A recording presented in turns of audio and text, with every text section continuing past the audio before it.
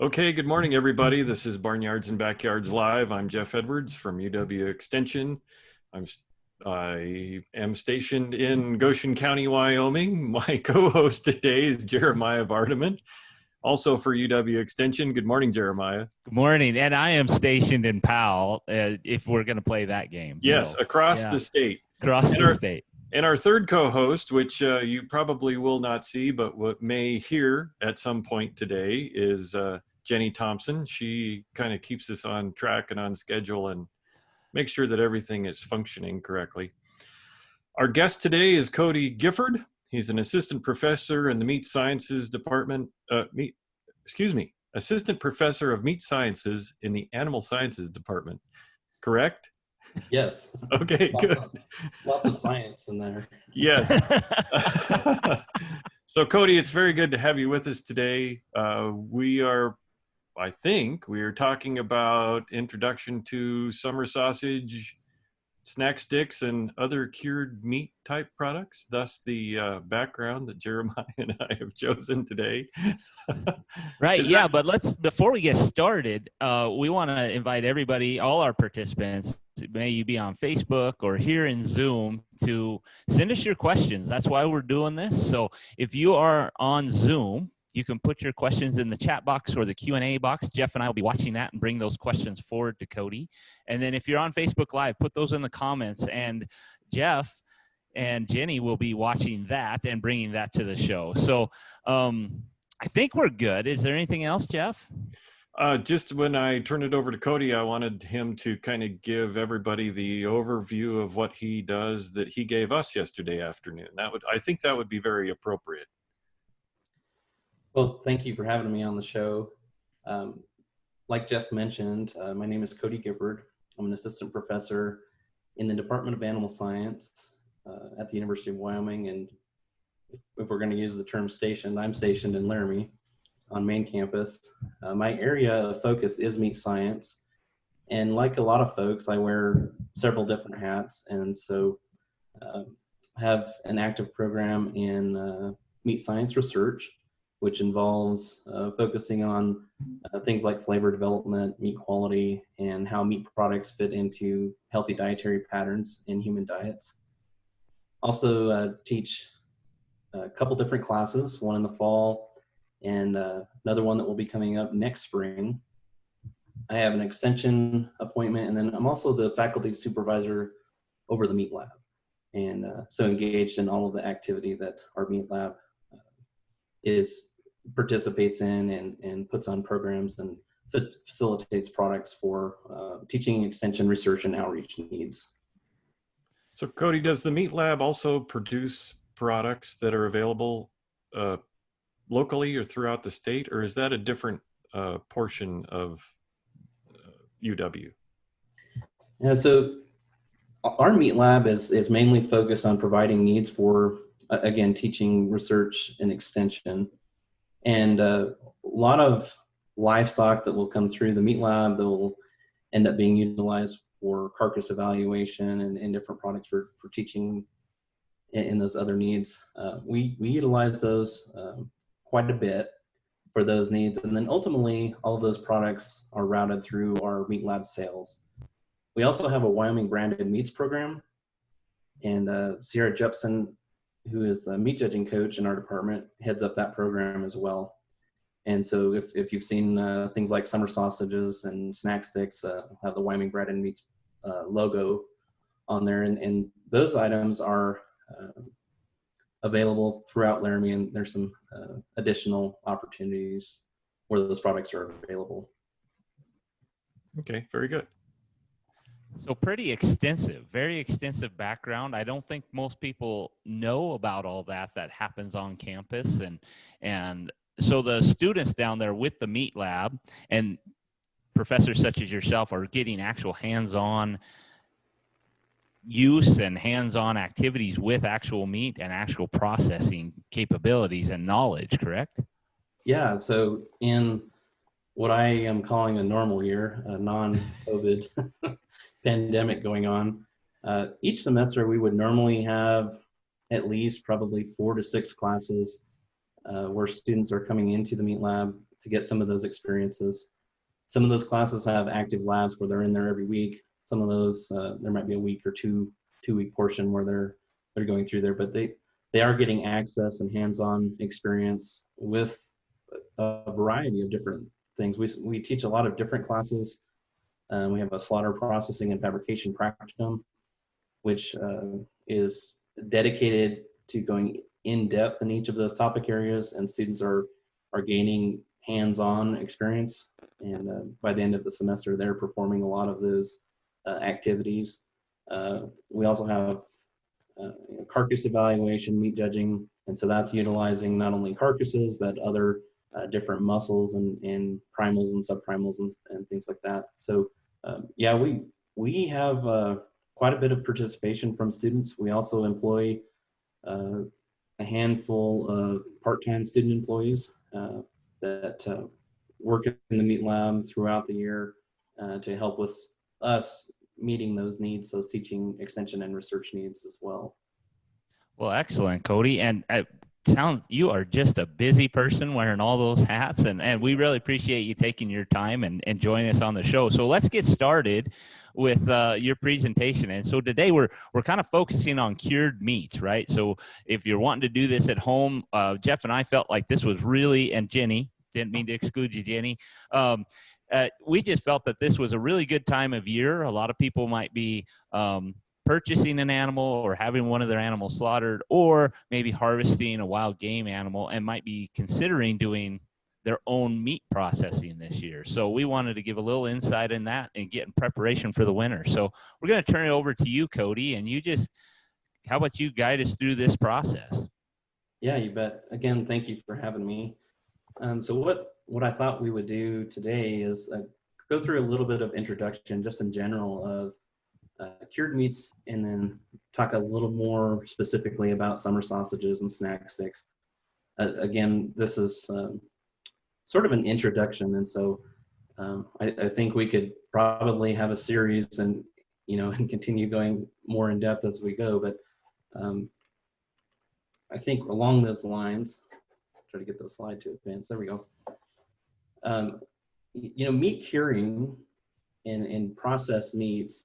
There's a variety of different products that fall under that umbrella. And of course, terminology varies just a little bit. And if you focus on meat curing in itself and look at a historical perspective, you would notice that, things, a couple centuries ago when we were focusing on items maybe like salted pork or salt cured pork, that has a little bit of a different meaning than cured meats today. And so most of the time when we're referring to cured meats, it's really a combination of salt, sugar, and the major curing ingredient, which is nitrate or nitrite.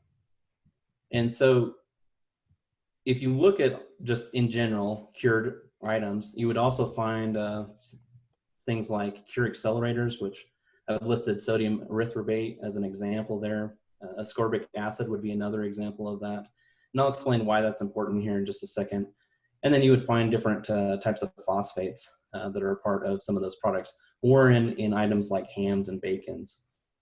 Now, specifically for summer sausage and snack sticks, we don't tend to see a whole lot of phosphate, because one thing that phosphate does as an additional ingredient in these products is it reduces the amount of yield loss as we're going through the cooking process.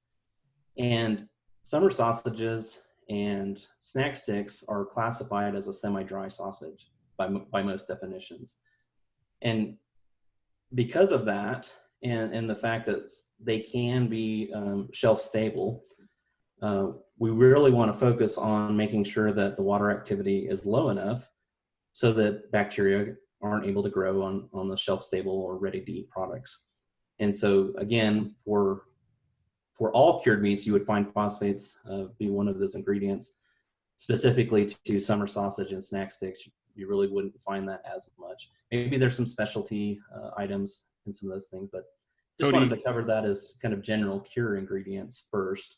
Sure. Cody, when you say shelf stable, you mean needs no refrigeration, correct? Yes. Okay. Yep. And so with these cured meats, Cody, you just briefly mentioned a little bit ago that historically we are curing meats just to preserve that meat longer, right? To keep a fresh meat longer, so we had more meat in our diet. And maybe we're talking about homesteading days or the mountain men or Native Americans, that kind of generation ago. But now with the meat curing, and this might get more into your research a little bit, but it's more about looking at shelf life, right? Longevity of that meat on the shelf, color, flavor, any texturing that you might want in that meat. Is that correct? Yeah, so we've definitely observed a shift. And so although we do have preservation properties from these ingredients in modern day cured and processed meats, these items help us with functionality in developing those products, flavor. This gives us the ability for some of these items to be more of a convenience type of food.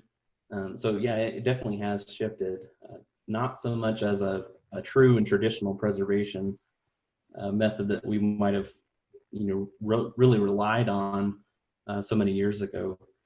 And again, I don't want to mislead anyone, because salt is definitely important, and nitrite is definitely important from the fact of trying to prevent microbial growth and some of those things. So there are preservation properties, but the majority of these ingredients are really for functionality, flavor, and achieving some of those sensory and eating quality properties.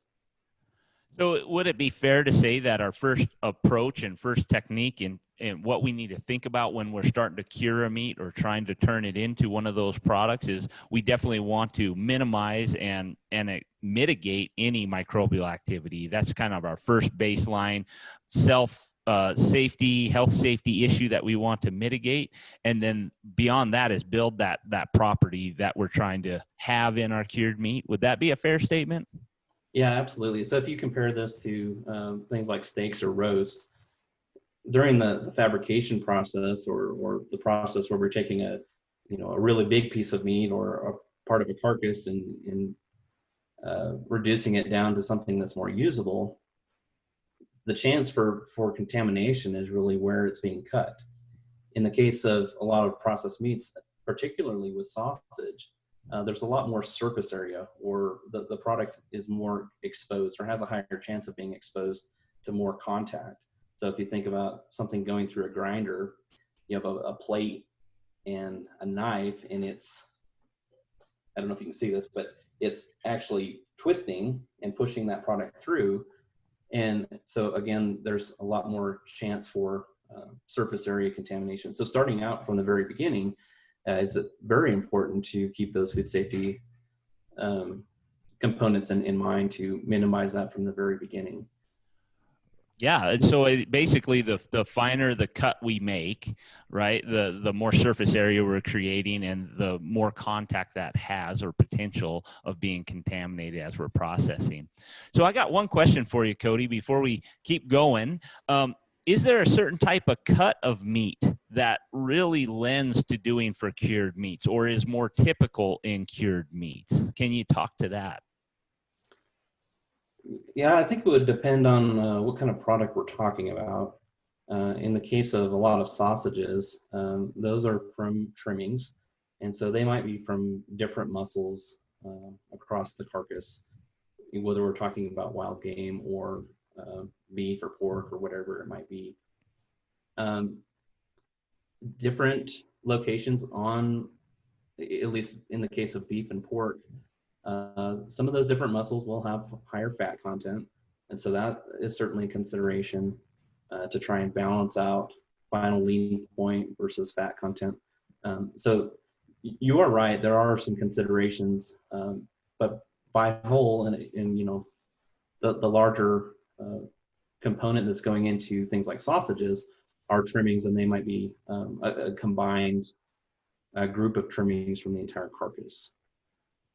Yeah, but like as an example, as you're pointing out, a cured ham has to come from a ham of a pig, correct? Yes. Yeah. So it's specific in certain aspects, and in others, like the snack sticks and that, it can kind of take any meat, but most times we use the trimmings because that's scrap meat, so to speak. It doesn't go to those higher quality cuts. Is that a fair analogy of it? That, and for example, on a pork carcass, the picnic shoulder, which is the lower part of the shoulder, that piece generally gets that entire piece generally gets dedicated towards things like either ground pork or sausage. And so in that case, that's a pretty big piece that would be dedicated.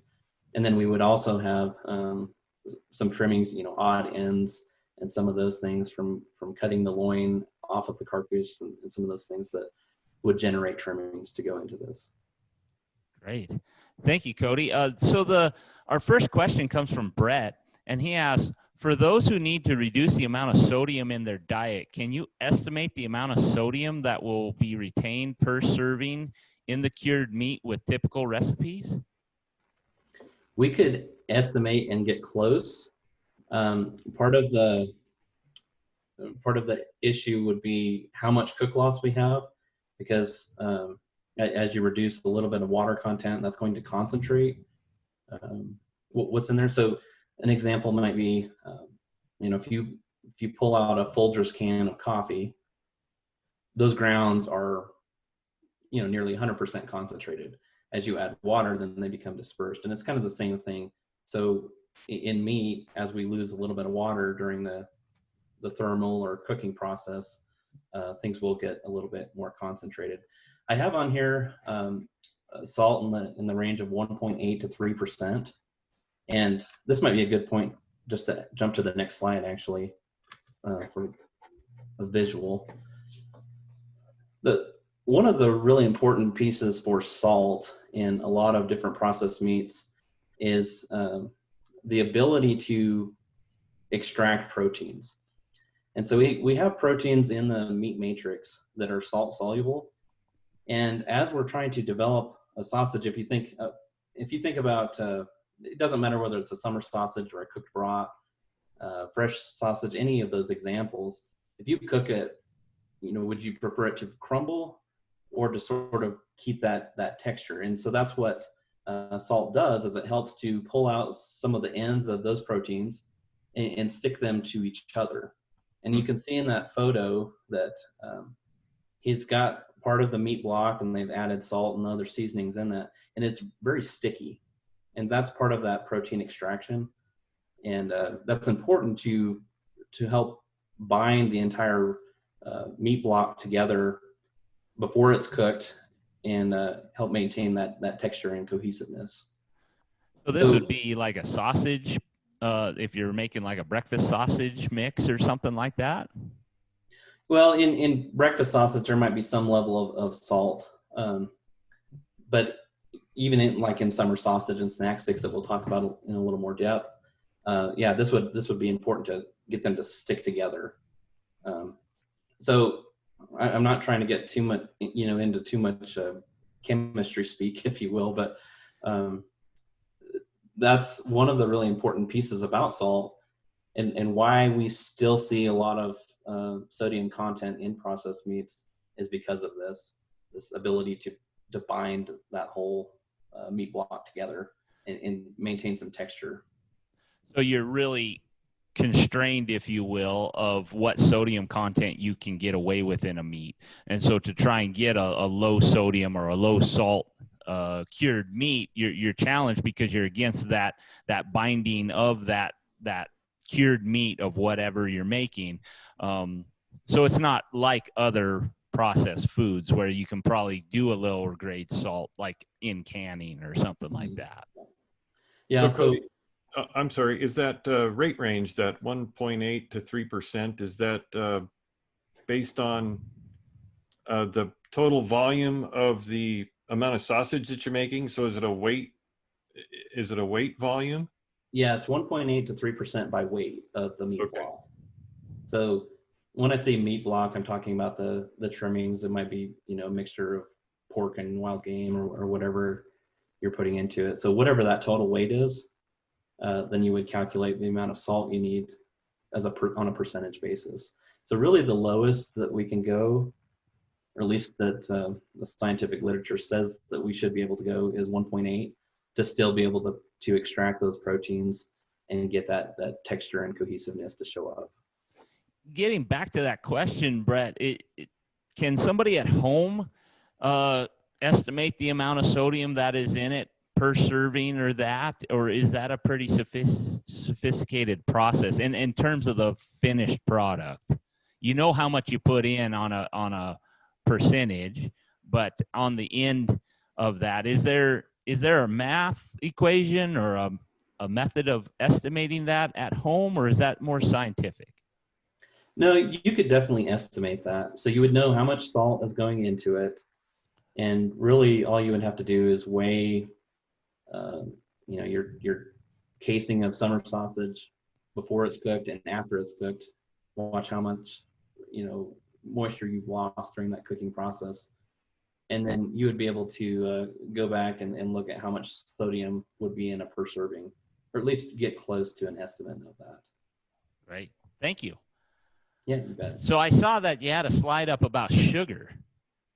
So yes. If salt is our preservative and our binding agent, what are we using sugar for besides just good taste?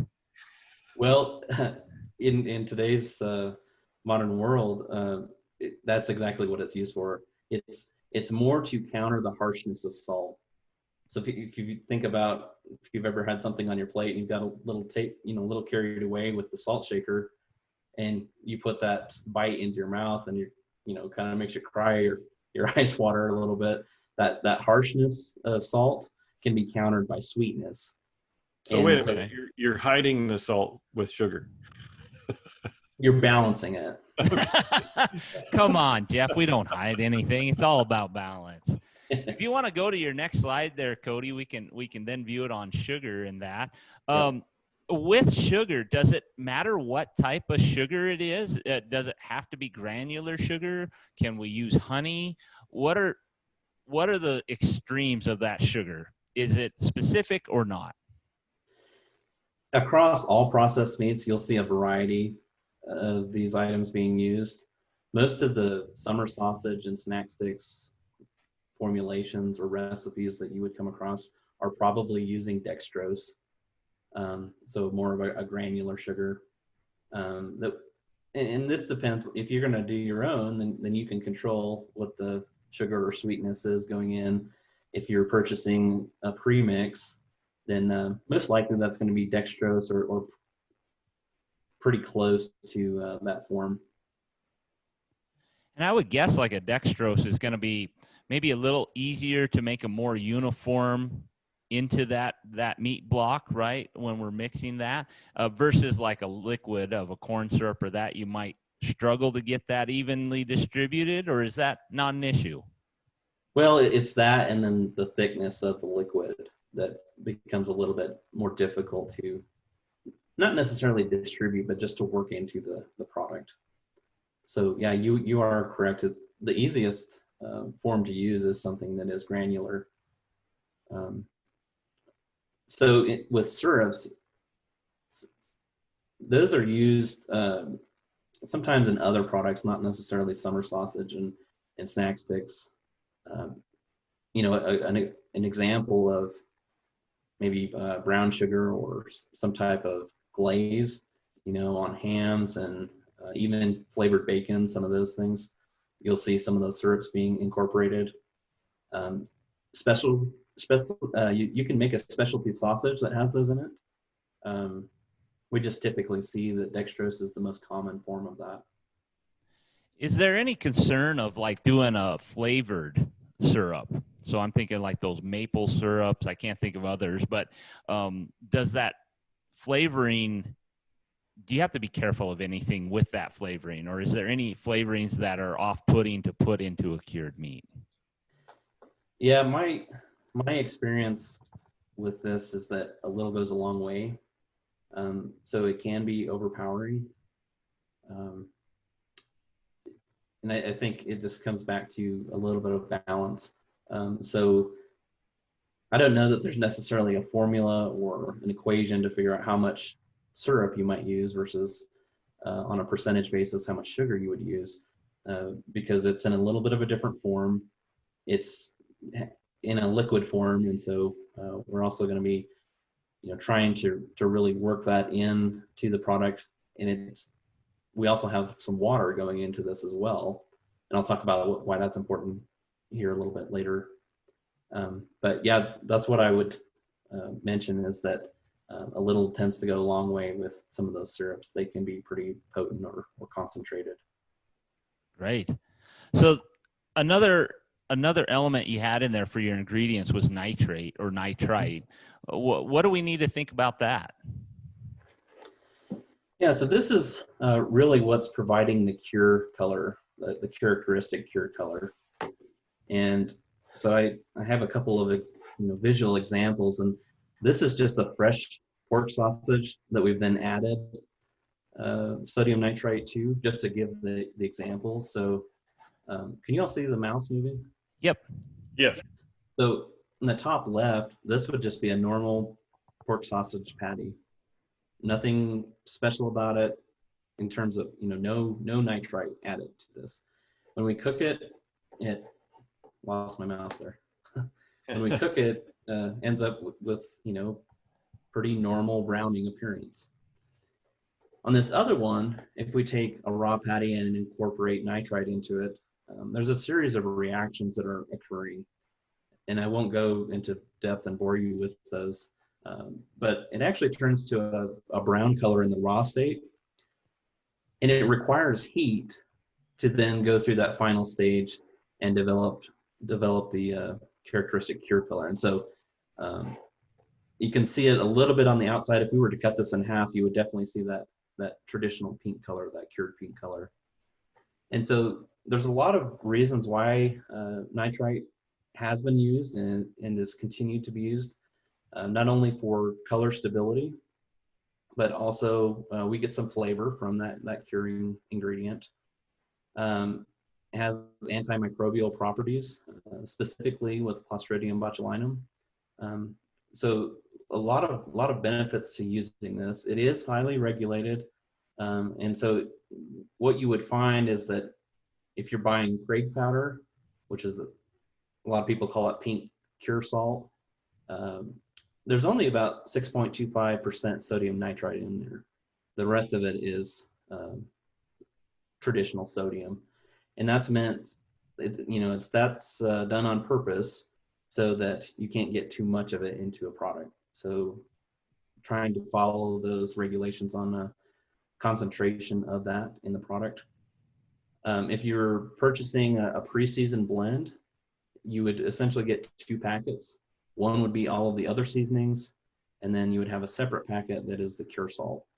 And I provided some references at the end of this, and one of those goes back to Walton's, which is a distributing company. They have equipment and also seasoning blends and some of those things. And they have a lot of videos that walk through the process of making a summer sausage or making a snack stick. And one thing that it shows is they're just dumping these ingredients on top of the meat block. And what you really need to do is incorporate that cure salt, that Prague powder, into water first. And technically, you need to dissolve that or get it close to dissolving in water. But the other thing that water does is it helps distribute it evenly in the meat block, rather than just dumping it straight on the meat and then really having to work it in and take a much longer time mixing it in, because you might have some of that cure salt that's stuck to one end, of your batch. So that's really why we see nitrite and nitrate being used. Most of our commercial form of this is in the form of nitrite, which is a reduced form of nitrate. And I know that's, again, getting into this chemistry talk, but the way those reactions work is you start with nitrate, it reduces to nitrite, and then it reduces to nitric oxide. Mm-hmm. And when you incorporate this and you're cooking it, the cooking process is actually helping to convert nitrite to nitric oxide, which is helping to get to that final cured pink color. So when you're talking about mixing that in water, is there a certain ratio that you need to look at? Like that packet would go into like a cup of water? Like, can I get it too much of a solution or too much of a slurry kind of Yeah, concept? What's kind of maybe a rule of thumb on that? yeah. So all of your formulations will specify the amount of water per other ingredient. So if you're working on, say, a 10-pound batch or a 25-pound batch, that would go up proportionally. Really, we're not putting much water in there. Again, it depends on the batch size that you're working on, but maybe 1% by weight. So again, it would be tied back to however much you're making in total. Right, And but there that's are a pretty lot of, small. yeah, we're just adding just a little bit. Yeah, just a little bit. Right. We really don't want to add a ton of water. Again, for things like summer sausages and snack sticks, we want to make sure the water activity level is lower so that they can be shelf stable, because bacteria like things like water, right? And so if we can try to control that, that will help with those stability or shelf life properties. Really, the only reason we're adding a little bit of water in the case of snack sticks and summer sausage is just to incorporate some of those seasonings. Gotcha. Yeah, we definitely want to be cognizant of that moisture content of that meat, because that allows that microbial environment to be conducive for them to really take hold and start breaking down that meat and have a problem there. Definitely. What's next, Cody? So I was just going to touch base just for a second on, summer sausages and snack sticks. We do have some salamis that would fall under the semi-dry category. But again, keep clicking too far. On that, Cody, while you're working on that, your summer sausage and snack sticks, is there anything different between those besides the size of the finished product? Fundamentally, not really in terms of ingredients. Snack sticks tend to be a little bit drier in the final form. So you tend to see a lot of these snack sticks that are being held either in vacuum packaging or in open air. You can go to any gas station and usually find these, and they tend to be a little bit in a drier form. Summer sausages definitely can be shelf stable. They're just thicker in diameter. Maybe ingredients are just a little bit different, but there's not a whole lot of major differences between the two. And so in general, just for semi-dry sausages, they do have a fairly low pH. And again, we have a lower water activity in these. The way that we get pH to go down is we acidify the meat block. And you can do this a couple different ways, either through adding encapsulated citric acid and driving the pH down that way. Or you can add, things like starter cultures that have lactic acid bacteria, same type of bacteria that you might find in a lot of other fermented foods or a lot of other dairy foods. And what we do in that case is you're adding that starter culture, you have the sugar ingredient that's in there, and you're literally feeding the bacteria for a period of time. And as you're feeding those bacteria, they're producing lactic acid, and it's driving the pH down. So if you're using a starter culture, this does take a little bit longer because you have to give it some time for those bacteria to go ahead and ferment. If you're using encapsulated citric acid, that's a direct addition of acid, if you will. And so you don't need as much time. Can generally go straight from stuffing to cooking. So Cody, you said it encapsulated citric acid. So citric acid is from citrus fruits, right? Why do you need to get the encapsulated form? Yeah, that's a really good question. So basically that just means that it's got a little protective barrier on it, and it disperses over time. if we were to just dump in straight citric acid, what it would do is start causing some off color, and it would actually, what we call denature protein. And all that really means is that it's changing the form and function of the protein. So cooking is a form of denaturing. And I guess the best example that I can think of is maybe if you've dealt with raw shrimp, you know, it kind of has that pale bluish color, and you might add something like lemon juice or vinegar or something like that, and you would see that bluish color change to red or pink. That's also denaturing. And so that little capsule is just preventing it from releasing too soon. And so as we go through the cooking process, it will gradually reduce the pH to a final form without affecting the structure of proteins or, you know, any other piece of the matrix there. Thanks. Yeah, you bet. So I think kind of brings us to maybe a general process of making both summer sausages or snack sticks. So again, you're starting with your meat block. It could be trimmings. It could be specific parts of the carcass. It could be, you know, shoulders or pieces from the round or the leg. Anyway, you will start with what we call a meat block, and that is the true meat or the muscle. And then you'll go through a grinding process. And the grinder is really all it's doing is trying to reduce the size of those pieces. And so you go through a coarse grind followed by a fine grind. There's a little bit of fluctuation out there in terms of the size of the plates. And this is an example of one of those plates that you might put into your grinder. The first coarse grind, it really doesn't matter what the size is.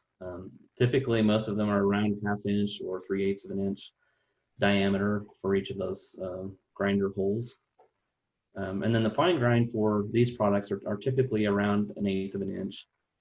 For other sausages where you're trying to keep the texture a little more coarse, you might see a 3/16 grinding plate being used. But essentially, you would go through 2 rounds of that.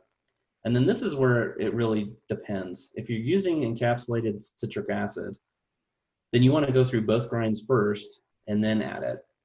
Because if you add it in between those 2 grinds, the grinding action is actually going to break up those capsules and cause it to, you know, to acidify too soon in the process. And you might end up with some discoloring areas.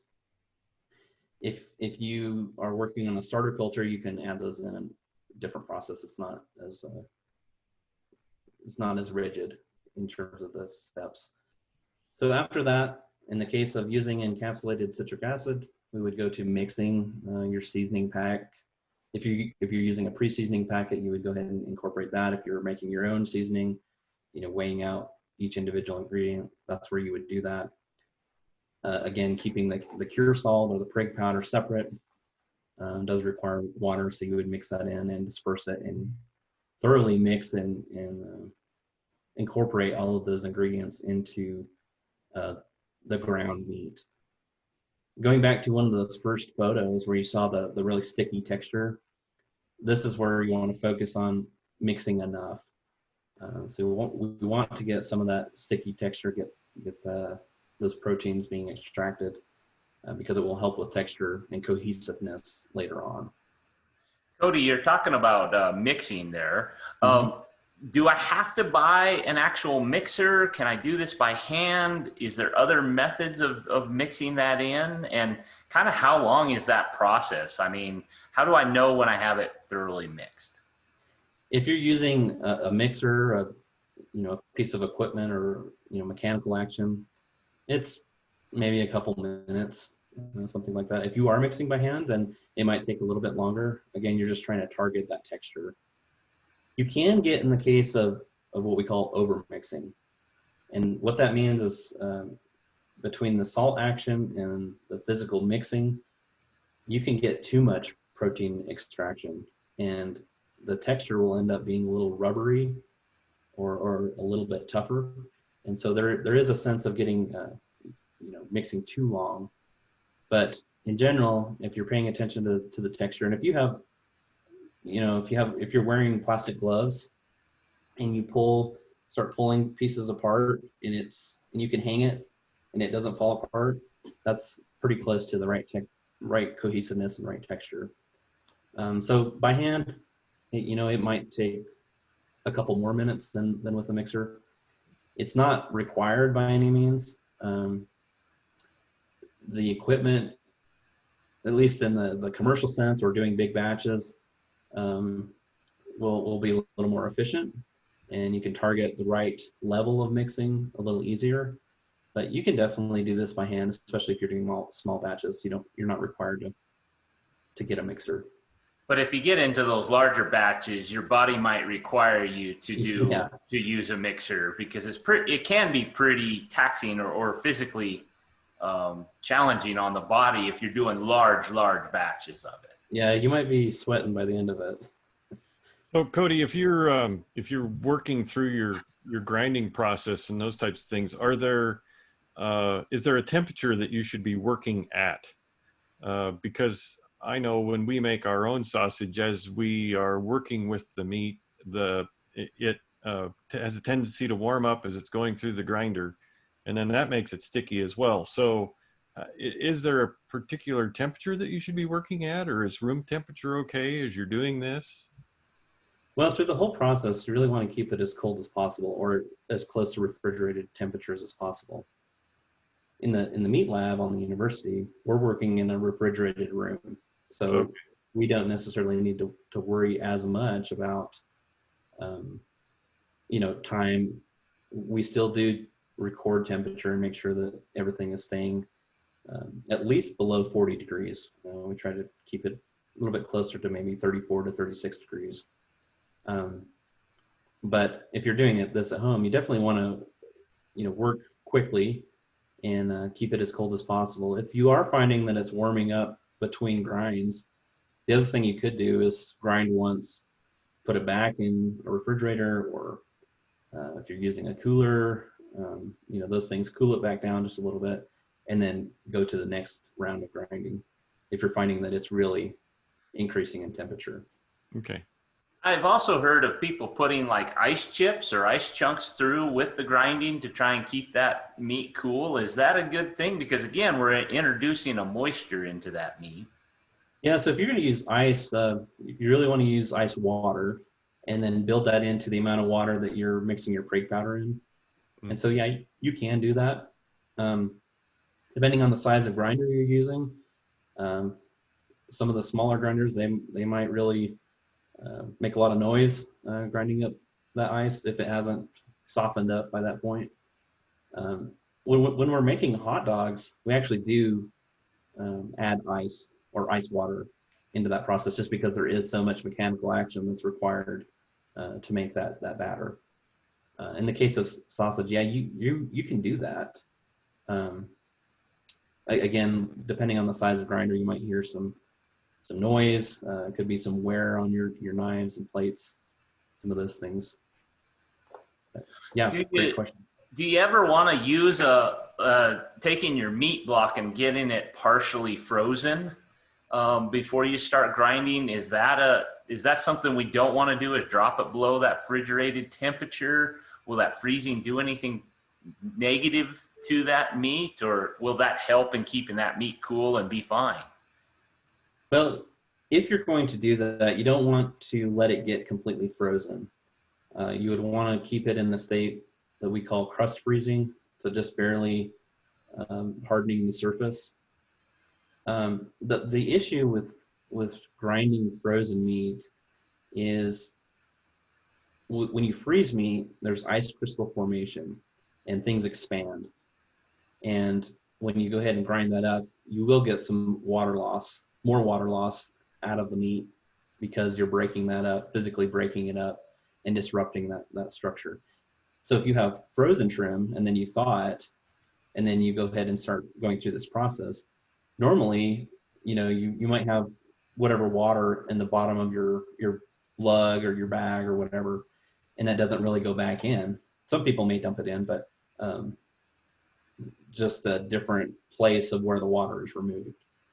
So again, with how rough this could be on equipment. You definitely don't want to have it completely frozen. If you do that, you could have it crust frozen, where the inside or the center of the trimmings are still fairly soft and thawed. Good question. So between those two grinds, let's say I'm maybe crunched for time and I can get the coarse grind done today, but it's going to be a while. Would it be better to leave it in the refrigerator? And we're talking maybe 5, I got it done Sunday and now I got to wait until next weekend to get to it again. Do I want to leave it in the refrigerator and keep it cool that whole time? Do I want to pop it in the freezer, freeze it, and then thaw it before I grind again? How would I handle that? Yeah, you probably wouldn't want to freeze it again. Every time that you freeze and thaw, you're going to get more water being lost from the product. So I would probably suggest not doing that. If you are going to put it back in the refrigerator, another thing to consider is, especially if it's a small batch, maybe taking your coarse grinds and putting them in a Ziploc bag or something of that nature to try and limit the amount of oxygen that it's being exposed to as well. Just like with any food, the longer you leave something completely exposed to oxygen, higher chance for oxidation, which can lead to some off flavors. That's a hard question to answer because everybody's probably in a different situation in how they're handling that. But that would be my take on it is if you're going to do that, try to get it back in a bag and keep it sealed and then keep it cool and go ahead and bring it back to fine grinding later on. Great. So I think we stopped you at where you were mixing. So if we have that meat block thoroughly mixed, got our seasonings in there and everything, the next part here is casing. So you want to walk us through that? Yeah. So really casings and stuffing go together. But we will have different types of casings depending on whether we're focused on a summer sausage or a snack stick. In the case of snack sticks, more of an edible collagen casing versus summer sausage. And everybody listening to this is probably familiar with summer sausages that you see on display in the store or something like that. But it does have that mahogany fibrous casing on it. And so those differ in the size and diameter, just because of the size of the product that we're making. So those are generally the two types of casings that are used for these products. Doesn't mean you have to use them. This is just traditionally what has been used. Some people will use some different types of casings. They don't end up having the same appearance, but they can work. So is that fibrous cellulose casing from plant material? Is that where it comes from? There's a couple different options where you're pulling where the cellulose is originating from, but yeah, in general, it would be plant-based or at least some other synthetic type of material. Didn't know that. Interesting. With casings in general, and I'm talking all casings, in general, instructions will call for soaking them. A lot of different types of casings are packed in high salt solution, and so by soaking them, you get some of that salt solution off. Of course, if we're talking about natural casings, either pork or lamb originated casings, those will be soaked in hot water, get some of the rehydration and flexibility back into those casings. Not all of them are necessarily required to be soaked, so you really need to read the instructions on whatever particular casings you're getting. Some can be, they don't have to be soaked. They can be, you can just take them out of the package and go to stuffing. What we've found is that for the majority of these, maybe not so much the cellulose casings, but if you do soak them, they're a little bit easier to work to in your fingers, a little more pliable too. And so those casings would go hand in hand with stuffing. Lots of different options on stuffing. I put just a quick picture of a hand stuffer. I think in this case, you can put 7 pounds in that container, and then there's a hand crank on the back of it. And so in this case, you have a lot more control. Some folks have setups on their grinders where they can go ahead and they wouldn't be using encapsulated citric acid because of that grinding action, but if they're using something else, they can set it up on their grinder with another adaptation where they can just go straight from the grinder into a casing. I think those tend to be a little more difficult to manage, just trying to get the sweet spot in terms of pressure. If you have a very loose packed casing, this will result in more crumbliness, if you will, more air pockets. So during the cooking process, definitely can have some issues there. With snack sticks, I think more of the challenge here is overstuffing them, and you can actually break the casing open. So again, trying to find that right amount of pressure is important. So there's pretty Cody, much an art to stuffing it, right? What's that? So there's an art to stuffing that casing then. Yes, there is. I can attest to having issues with a stuffer on your grinder. I find it very frustrating. Mm-hmm.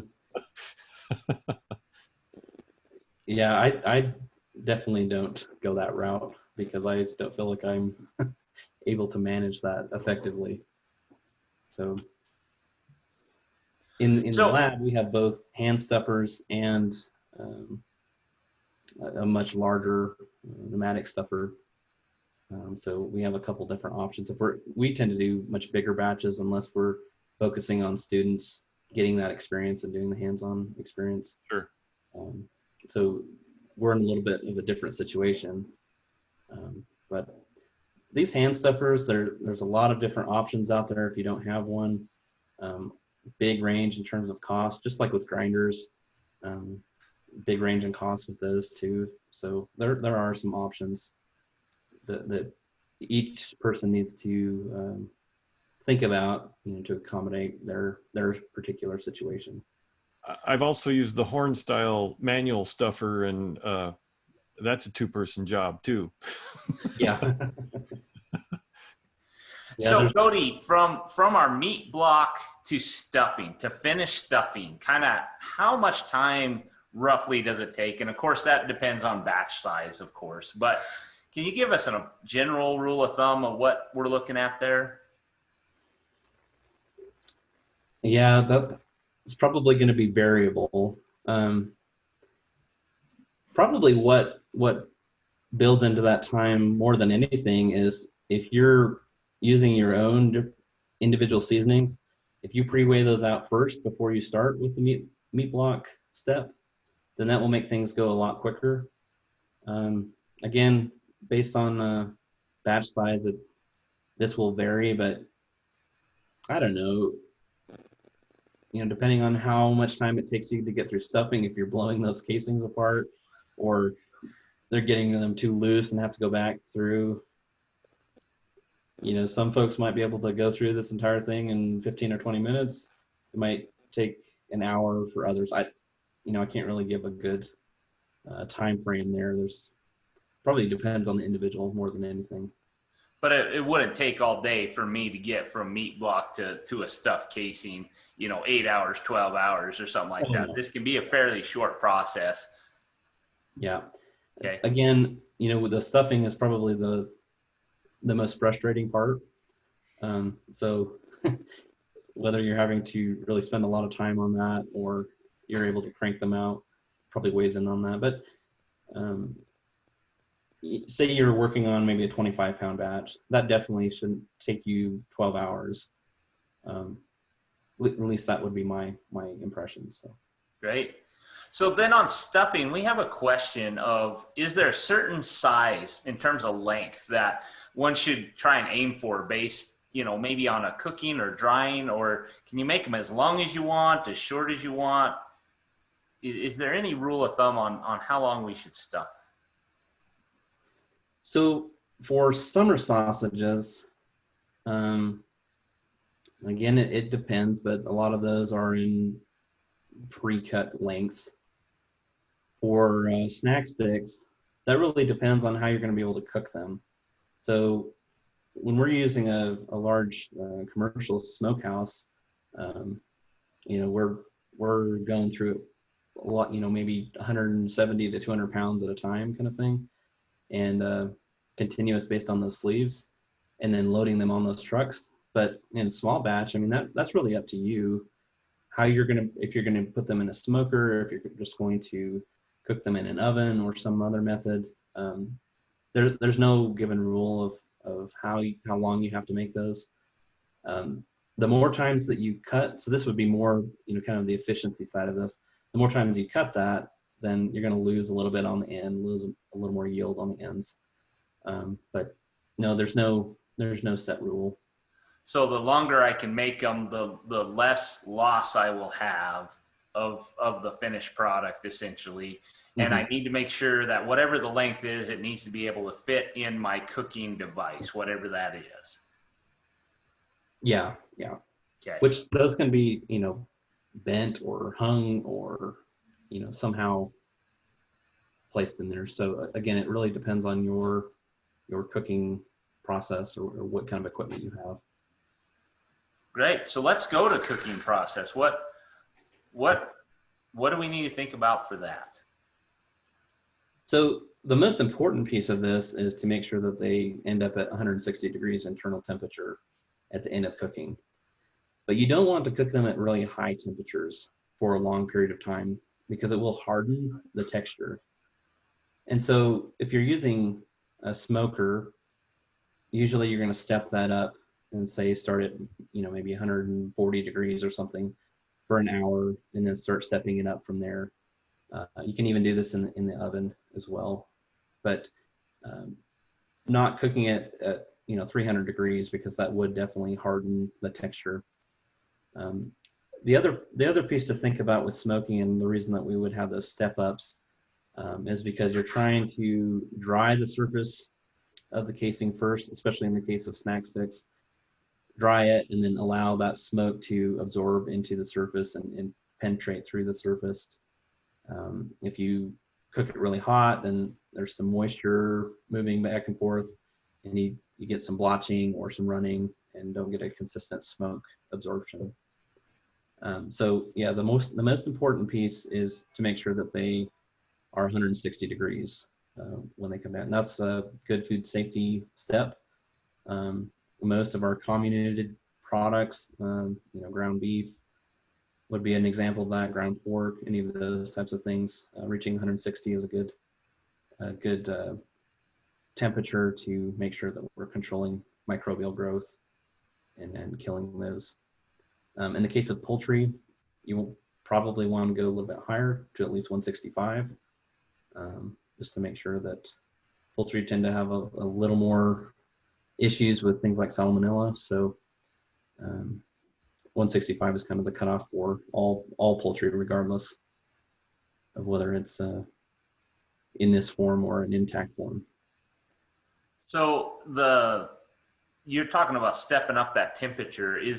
Do I need to do 2 different steps? Do I need to do 3 steps in that temperature as I'm getting that cooked up to 160 degrees? Does that matter?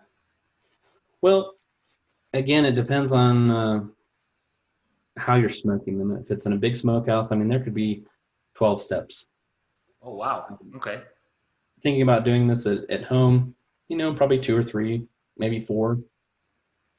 It all depends on what your goal is for the product. Again, the first step is usually kind of that drying phase and getting the smoke to absorb.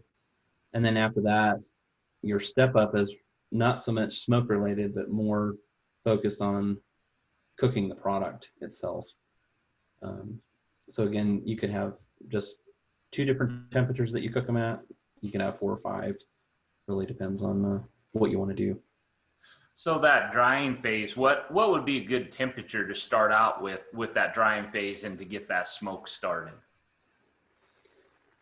A lot of different instructions that I've come across, specifically with these premixes from different companies, they'll give some estimates on those.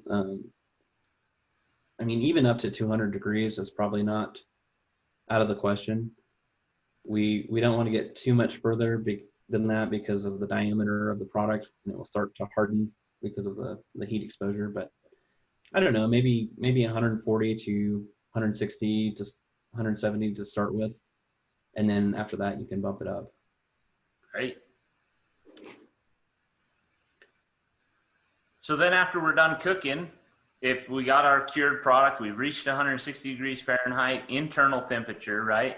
Then do we need to take that directly into a chilling? Do we need to lay that out and let it room temperature cool and then put it into chilling? Yeah, you really want to focus on getting it chilled fairly quick. And again, this is just a food safety step. Some of those premixes will add some suggestion of once you get it down to 100 degrees, you can let it hang out at room temperature for a little bit just to make sure there's no water on the surface. I am a little bit hesitant to do that because 100 degrees is kind of right in the middle of our opportunity zone for microbial growth. If you were to bring it out of either the smoker or the oven and it bumps up against something, that just seems like it's just opportunity for growth there. So getting it chilled down and going through a gradual process in a fairly quick and short amount of time is probably the best suggestion. If you drop it too low, too quick, is there some quality effects? Maybe. In some of our other products, we will blast chill, hams and bacons and some of those things, but they're much thicker. They absorb heat a lot longer. And so that's okay for those. But I would say just continuous chilling. Try to continue dropping that temperature down. Keep it as clean and safe as possible. Keep it from bumping up against something that could possibly contaminate it. And then once it's fully chilled, I would suggest go ahead and package it. Now, at the beginning of this, I mentioned that these products can be shelf stable, but shelf stability is really depending on checking pH and checking water activity. And so most folks don't have a pH meter at their house, right? So I would suggest go ahead and just package those, keep them in an oxygen scarce environment, and then go ahead and keep them refrigerated as well. For that chilling process, Cody, what's the easiest way to chill that in a home setting? Do I need to clean out a shelf or two in my refrigerator and put it in there? Do I want to go into the freezer? Is there something else I need to think of? You could go into the freezer for a little while. Want to avoid freezing it completely. But that could be a quick way of trying to get temperature down initially. And then you could do a combination of freezer and refrigerator to maintain temperature. But I essentially want to get it down to a refrigerator type temperature, maybe 40 degrees. Is that about right? Yeah, keeping it below 40 degrees is a good point to be. What other food safety considerations do you have?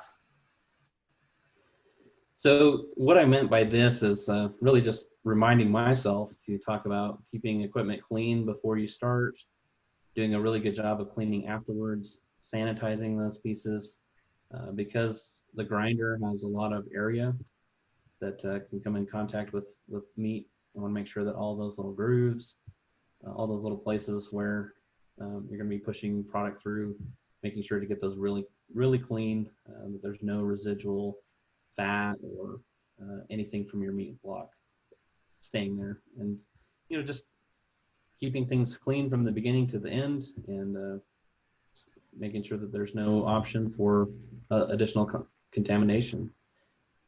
So wiping down all our surfaces, all our counters, all our mixing devices, all our, washing our hands before, any sanitation practices that we would traditionally do, we want to make sure to adhere to that and be diligent with it. Yes, right? Absolutely. Great. We just got a question of, can you please discuss about blooming? Yeah, so blooming goes back to the raw color of meat. So prior to incorporating any sodium nitrite or anything like that. So if you take a raw steak and you package it in vacuum packaging, it's typically could be anywhere from a purple or kind of a darker color. As you expose it to oxygen, then it goes through that blooming phase and turns kind of cherry red, if you will. So we typically see that more on the fresh meat side, and really the impact of color changes there. With trimmings, most of the time those have been exposed to oxygen already, so they probably are bloomed. If you have a case where you have a couple pieces stuck together and you peel them apart, you might see some color changes there. Again, probably not as big of an impact as it is on the fresh side. But again, a lot of those trimmed pieces, those small pieces, are going to be exposed to oxygen by the time you're going through grinding. And once you go through grinding, then you're really offering up more opportunity for more surface area to be exposed to oxygen and go ahead and bloom. Great. So I believe your last slide, Cody, is resources available for people. If they're really wanting to get into this, find some good videos or some resources there. We had a question that came in, and I wanted to save it not to interfere with your conversation earlier, but the question was, is jerky considered a cured meat? And can you briefly discuss that process of doing jerky at home? Is it different? How's it different that? That's a good question. Jerky can be cured, and it can also be uncured. So again, by using the term cured, we would be referring to the addition of sodium nitrite. Even going into the grocery store, you can find a whole bunch of different brands. Some have it in there, some do not. We also get into the issue of whether it's a formed jerky or it's a whole muscle jerky. And so that process would look a little bit different, because a whole muscle jerky there'd be some marination involved, and then it would be sliced and go through still a thermal and drying process. A formed jerky would be probably similar in a lot of ways to making a sausage. You have a ground up product, you're adding seasoning, you're forming that into specific shapes, and then going ahead and either smoking, cooking, drying, or a combination of those. So lots of variation there. Certainly happy to provide some more detail, because there are a lot of options in the jerky side of things. Great. Well, and I believe Jenny also mentioned that there is a Barnyards and Backyards article on how to make jerky links off of one of our resource pages, and we'll show you that here in a little bit. But yeah, get in touch with Cody on specifics if you really want to know.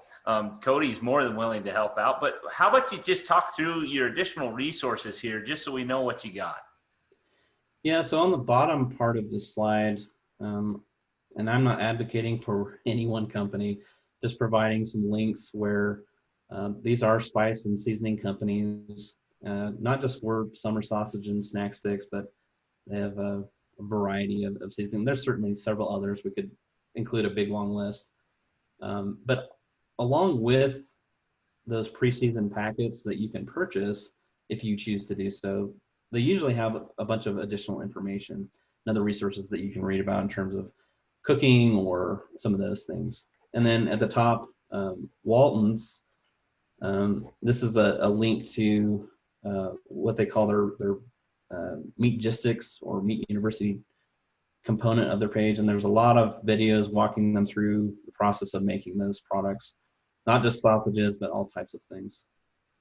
And they do give some breakdown in terms of what your batch size is and what kind of equipment you would need if you're following, the methods that they've laid out, a little bit in terms of the amounts of some of those other ingredients that you would need.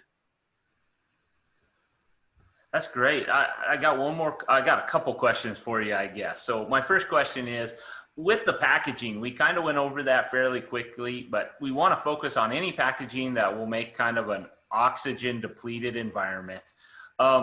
do I really need to think about those vacuum pack sealers? Is that the best system or best packaging?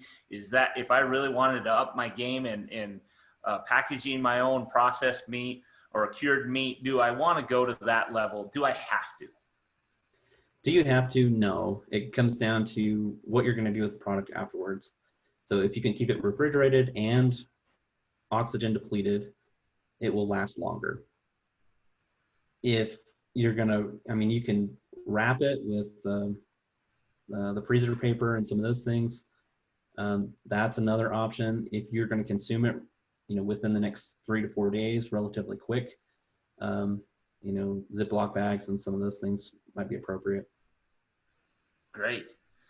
My last question from me is, if you're a novice, you've never done this before, a beginner to this, just listen to this. Do you have any tips or tricks to make this not such a daunting, scary task where I can get in, get a little experience under my belt, not screw it up the first time, so to speak, but have a learning opportunity? And not poison your family? Well, that too. Yeah, that's the next level.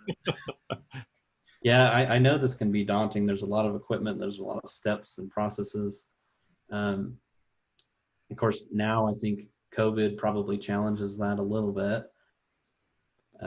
If we were outside of the pandemic, trying to team up with others that maybe have a little more experience would be a good step in the right direction.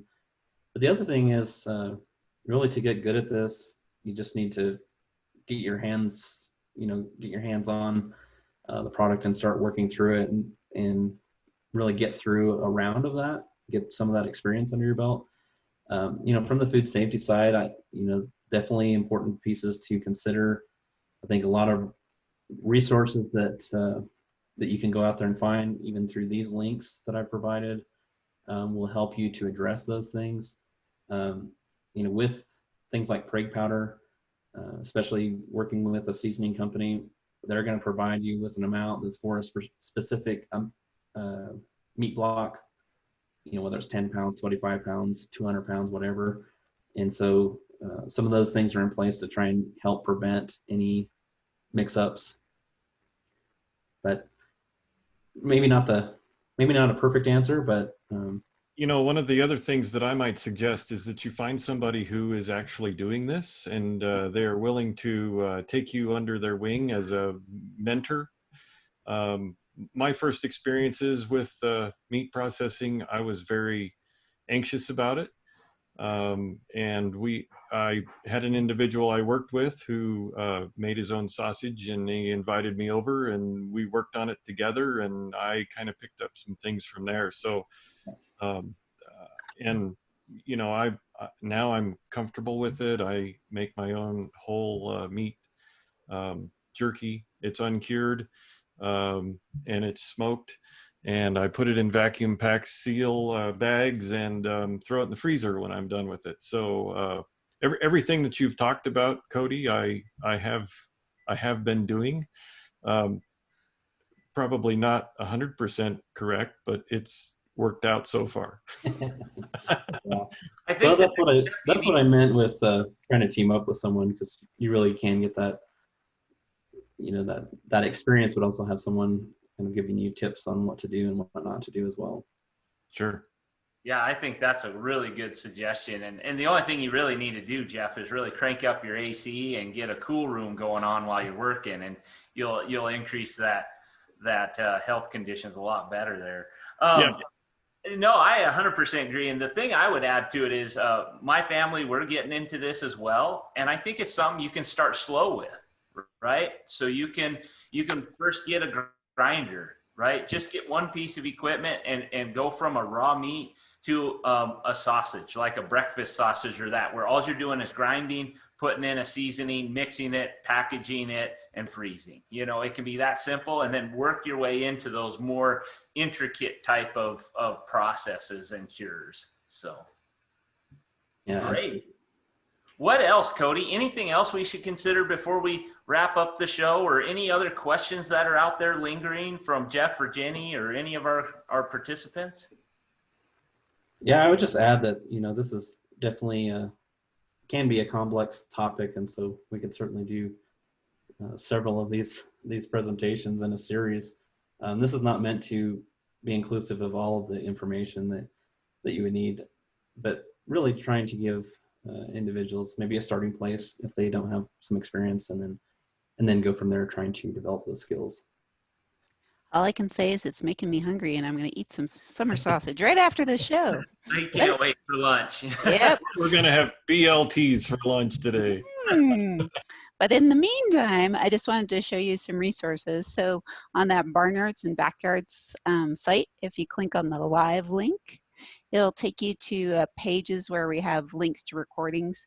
And so we'll have this video up as a recording on this page as well at the bottom, or where the latest ones are. And we'll also link those list of resources that Cody provided to us there. And I just wanted to show you those different jerky articles that we have up. So we have 2 of them that are on that subject, and they provide some guidance and also some recipes on there for different types of jerky that you might want to consider. So those are all linked off we have a Barnyards and Backyards page that is on food and food safety. And so it has a lot of information on preservation, different articles, and links to different websites that are useful to you, we hope. That's it. Awesome. Well, thank you, Jenny. Thank you so much, Cody, for joining us today and educating us on this topic. It's very insightful, at least for me. And so really appreciate your time and energy on this again. And as Jenny pointed out with our website, so we have the Barnyards Backyards website there. We have a list of shows that we've already done, recorded. The links are up there. The resources are up there. We're doing this for you. We also have a list of future shows. So catch us again next week. Look at what shows are coming up. If you missed the show, like this one we're recording, we're going to edit it slightly, throw it up there. So it's all there for your convenience. The other thing is we got a county extension office in every county. So there's 23 counties. We have more than that of extension offices. Some have more than one office in the county. Look us up. Come find us, reach out to us. So if you have questions and you want to get connected with Cody, go to your local extension office, say you watch this and would like to get in touch with Cody Gifford down on campus. And we can provide that to you or help you get to navigate those resources that Jenny just talked about. So reach out. We also have an extension office on the Wind River Indian Reservation, just in case you're in that area. Also, evaluations, man, we need to hear feedback from you. That's why we do this show, is for you, and we want to make sure that we are targeting things that you're interested in and doing an adequate job at that. So Jenny has thrown out an evaluation into the comments section in Facebook Live, and then also here in the chat box on the Zoom call. If you're also on the Zoom call, when you log out, you will be prompted in a URL. It's a real simple evaluation, 5 questions, take you no time at all, real quick, click, click, done. We really appreciate it. Beyond that, have a great weekend. Thank you so much for joining us and participating today. I just want to say goodbye to Cody. Thanks again, and thanks to everyone. Thank you, Cody.